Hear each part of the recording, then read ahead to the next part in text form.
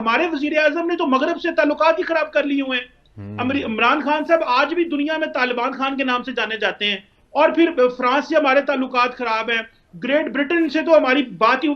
इमरान खान साहब जब से वजीर आजम बने हैं वो तो कभी मुल्क से बाहर गए ही नहीं है। मगरब ये समझता है कि ये सिर्फ मजहबी बातें हमारे साथ कर रहे हैं, बाकी तो ये जो दुनिया के मामलात हैं उनको समझते नहीं है। सो हमने जो बाकी एजेंडा था वो भी कंप्रोमाइज कर लिया सिर्फ इस्लामोफोबिया पे बात करके। इंडिया इस वक्त बहुत ही एग्रेसिव फॉरेन पॉलिसी को अडॉप्ट किए हुए है, और उनके रिलेशंस डिफेंस के अंदर भी और इकोनॉमिक टाइज भी वेस्ट के साथ वो बड़े स्ट्रांग हो चुके हुए हैं। आइसोलेट हो रहे हैं हम, आहिस्ता आहिस्ता आइसोलेट हो रहे हैं। नुकसान भी हमारा हो गया, इकोनॉमिकली भी, जानी माली हर लिहाज से, और हम ही पे क्वेश्चन मार्क लग रहा है। और मजे की बात है, मुझे इस चीज की भी तकलीफ है कि पाकिस्तान का जो नेशनल फ्रेमवर्क है, जो सियासी शराफिया है, उसने कभी ये डिस्कस भी नहीं किया कि हमारी फॉरेन पॉलिसी क्या है।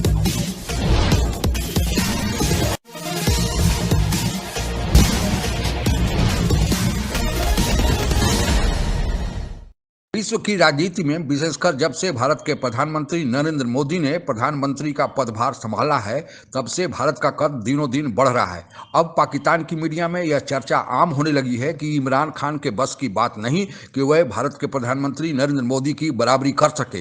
पहले से ही पाकिस्तान पर आतंकवादियों को संरक्षण और समर्थन देने का इल्जाम लगा ही था। ऊपर से यूनाइटेड नेशन में इस्लामोफोबिया का ढिंढोरा पीटकर इमरान खान ने रही सही कसर भी पूरी कर दी। इमरान खान को अब दुनिया में तालिबान खान के नाम से भी जाना जाता है। इस पृष्ठभूमि में कुछ और चर्चा इस वीडियो ब्लॉग के अंतिम भाग में करेंगे। उसके पहले आइए सुनते हैं पाकिस्तान के विदेशी मामलों के जाने माने समीक्षक मतीन हैदर और उनके साथियों द्वारा इस संबंध में क्या राय प्रकट की जा रही है। जी चीमा साहब, डोजियर पाकिस्तान ने पेश किया था, और ये जो अक़वाम मुत्तहिदा की मॉनिटरिंग कमेटी की रिपोर्ट है, यकीनी तौर पर पाकिस्तान के डोजियर की भी इंडोर्समेंट है।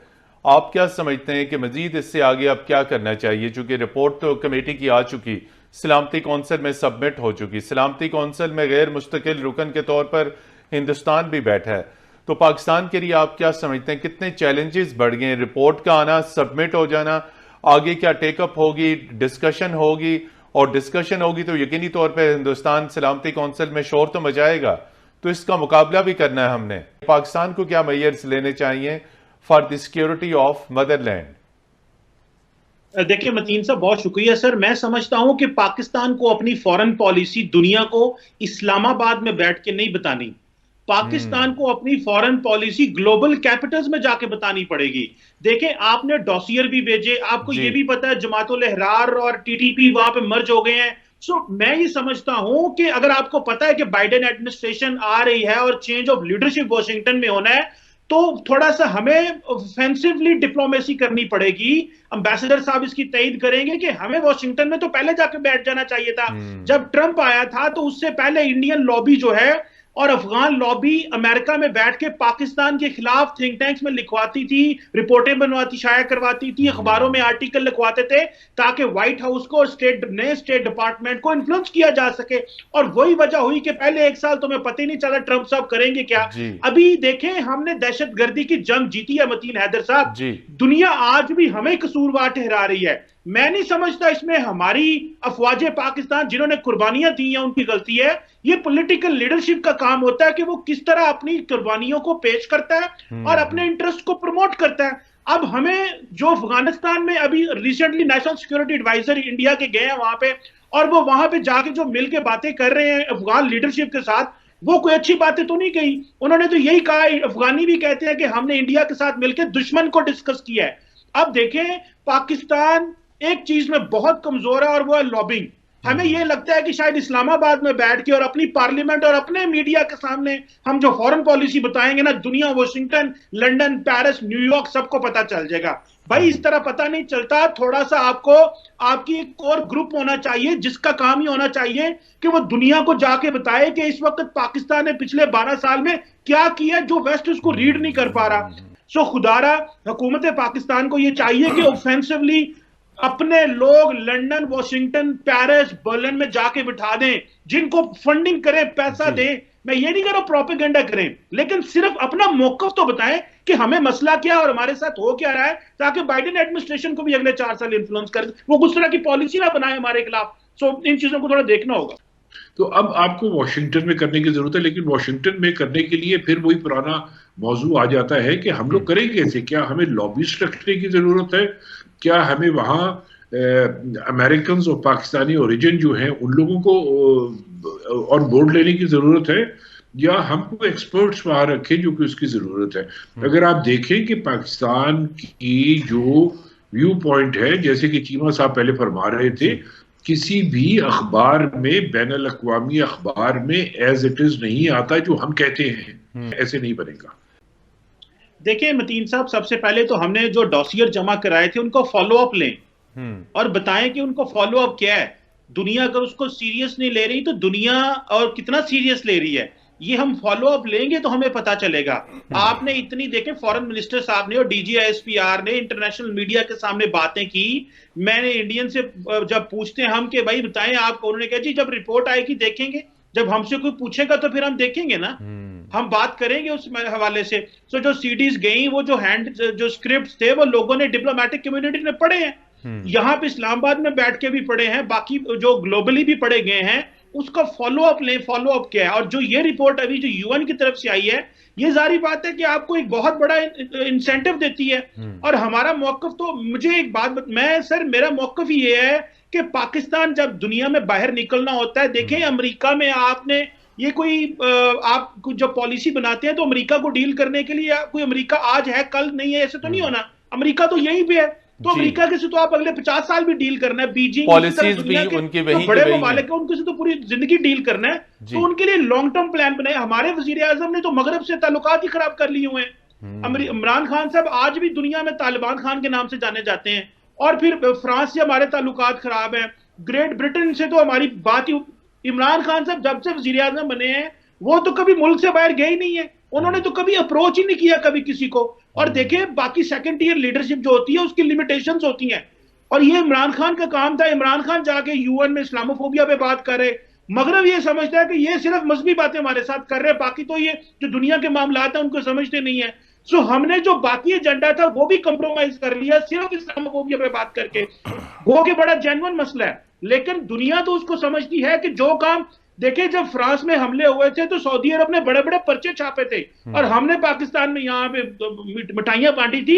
सो हमें थोड़ा इनलाइन होना पड़ेगा जो दुनिया का जो इस वक्त सिस्टम है उसके साथ। सो मुझे ये लगता है कि फॉलो अप लेना चाहिए। अगर हम अच्छा फॉलो अप ले रहे हैं, जो हमारे साथ ज्यादतियां हो रही हैं वो दुनिया को बताएं। ये जो इंटरनेशनल कम्युनिटी के कुछ लोग यहाँ बैठे हैं, मीडिया के लोग बैठे हैं, उनको तो हम फीड कर रहे हैं, लेकिन उनके वापस जब जाता है ये रिपोर्ट बाहर जाती है तो वहां से क्या रिस्पॉन्स आ रहा है। सो मुझे तो इस चीज की फिक्र है कि मैं समझता हूं कि हम आइसोलेट हो रहे हैं, हम आहिस्ता आहिस्ता आइसोलेट हो रहे हैं। हमने दहशतगर्दी की जंग में सबसे ज्यादा सेक्रीफाइस भी किया, नुकसान भी हमारा हो गया, इकोनॉमिकली भी, जानी माली हर लिहाज से, और हम ही पे क्वेश्चन मार्क लग रहा है। सो और मजे की बात है, मुझे इस चीज की भी तकलीफ है कि पाकिस्तान का जो नेशनल फ्रेमवर्क है, जो सियासी शराफिया है, उसने कभी ये डिस्कस भी नहीं किया कि हमारी फॉरेन पॉलिसी क्या है और हमें किस तरह आगे जाना है। सो ये शाह महमूद कुरैशी साहब अच्छे अच्छे अंदाज से बातें करके मीडिया को तो टरखा लेते हैं, लेकिन जब ग्लोबल कैपिटल्स में जाते हैं तो वहां पे पता चलता है कि हम क्या कर रहे हैं। सो हमें we should stop following India everywhere, हमें अपने भी बायलैटरल ताल्लुकात दुनिया से मजबूत बनाने चाहिए। जी, कंट्रास्ट इंडिया इस वक्त बहुत ही एग्रेसिव फॉरेन पॉलिसी को अडॉप्ट किए हुआ है और उनके रिलेशंस डिफेंस के अंदर भी और इकोनॉमिक टाइज भी वेस्ट के साथ वो बड़े स्ट्रांग हो चुके हुए हैं। इस हद तक कि अमेरिका की जो मेन मैन्युफैक्चरर्स हैं फाइटर प्लेन्स बनाने वाले, वो इंडिया को हर तरह की डिफेंस इक्विपमेंट ऑफर करते चले जा रहे हैं, बिकॉज इस वक्त सबसे बड़ी मार्केट दुनिया की इस वक्त जो आर्मामेंट की है, यानी आप देखें तो दुनिया के 3-4 बड़े जो इंपोर्टर्स हैं वेपन्स के, जो इंपोर्टर्स हैं, तो इंडिया उसमें दूसरे या तीसरे नंबर पे आता है। तो मैं समझता हूं कि पाकिस्तान को अब थोड़ा सा कुछ सोचना पड़ेगा।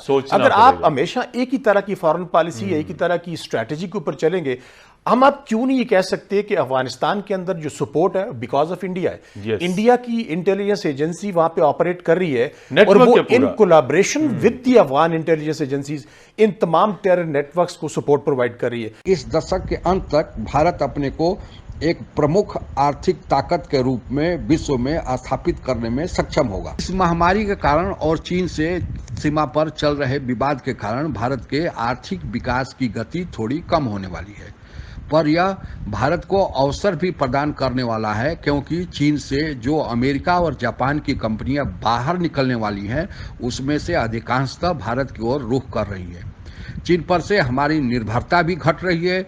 इससे घरेलू उत्पाद में वृद्धि होगी, जो आर्थिक विकास में मदद करेंगे।